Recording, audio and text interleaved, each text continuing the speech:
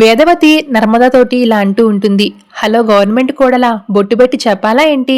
ప్రేమ నువ్వు ఇద్దరూ కలిసి వల్లీకి హారతి పట్టండి అని అంటుంది. దాంతో తోటికోడలిద్దరూ కలిసి వల్లీకి దిష్టి తీసి బొట్టు పెట్టి మరీ లోపలికి ఆహ్వానిస్తారు.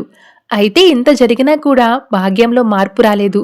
నర్మదా ప్రేమాల దగ్గరికి వెళ్ళి నీ కూతురు అత్తారింట్లో అడుగు ఎట్టా పెడుతుందో చూస్తానని ఛాలెంజింగ్లు చేశారు కదే, ఎగిరెగిరి పడ్డారు కదే, ఇప్పుడు తెలిసిందా ఈ భాగ్యమంటే ఏంటో? బస్తీమే సవాల్ అన్నవాళ్లు ఈ భాగ్యం ముందు తోక ముడిచారు. ఇప్పటికైనా తెలిసిందా కుందేలు పిల్ల వెళ్ళి కొండని ఢీకొడితే మొహం పచ్చడైపోతుందని అని భాగ్యం అంటూ ఉంటే, ఇక దీని మొహం పచ్చడి చేస్తానంటూ ప్రేమ వెళ్తూ ఉంటే ఇక నర్మద ఆపేస్తుంది. కళ్ళు ఉన్నాయి కదా అని ఉరిమిరిమి చూడటాలు, చెయ్యి ఉంది కదా అని చిటికలు వేయడాలు చేస్తే ఏమీ పని చేయకుండా చేసేస్తా అని వార్నింగ్ ఇస్తుంది భాగ్యం.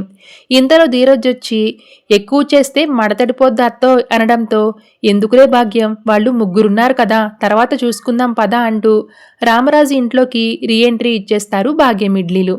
ఇక ఆ తరువాత చూసావా అక్క, ఇంత జరిగినా గాని దానికి బుద్ధి రాలేదు, నన్నెందుకో ఆపవక్క అని అంటూ ఉంటుంది ప్రేమ. మనం ఆమెను ఏమైనా అంటే మావయ్య చూస్తారు, అప్పుడు వల్లి అక్క గురించి చెప్పాలి, అప్పుడు కడుపుతో ఉన్న వల్లి అక్క బాధపడుతుంది అని చెప్తూ ఉంటుంది నర్మద.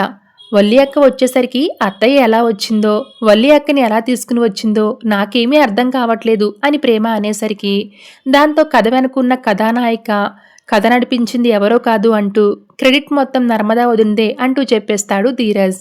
అంటే నర్మద వేదవతికి ఫోన్ చేసి చెప్పేసరికి ఇక వేదవతి వల్లి వాళ్ళ ఇంటికి వెళ్ళి వల్లిని తీసుకుని వస్తుంది. ఇక ఈ విషయం తెలుసుకున్న ప్రేమ ఆశ్చర్యంలో మునిగి తేలుతూ ఉంటుంది. Thank you so much for watching.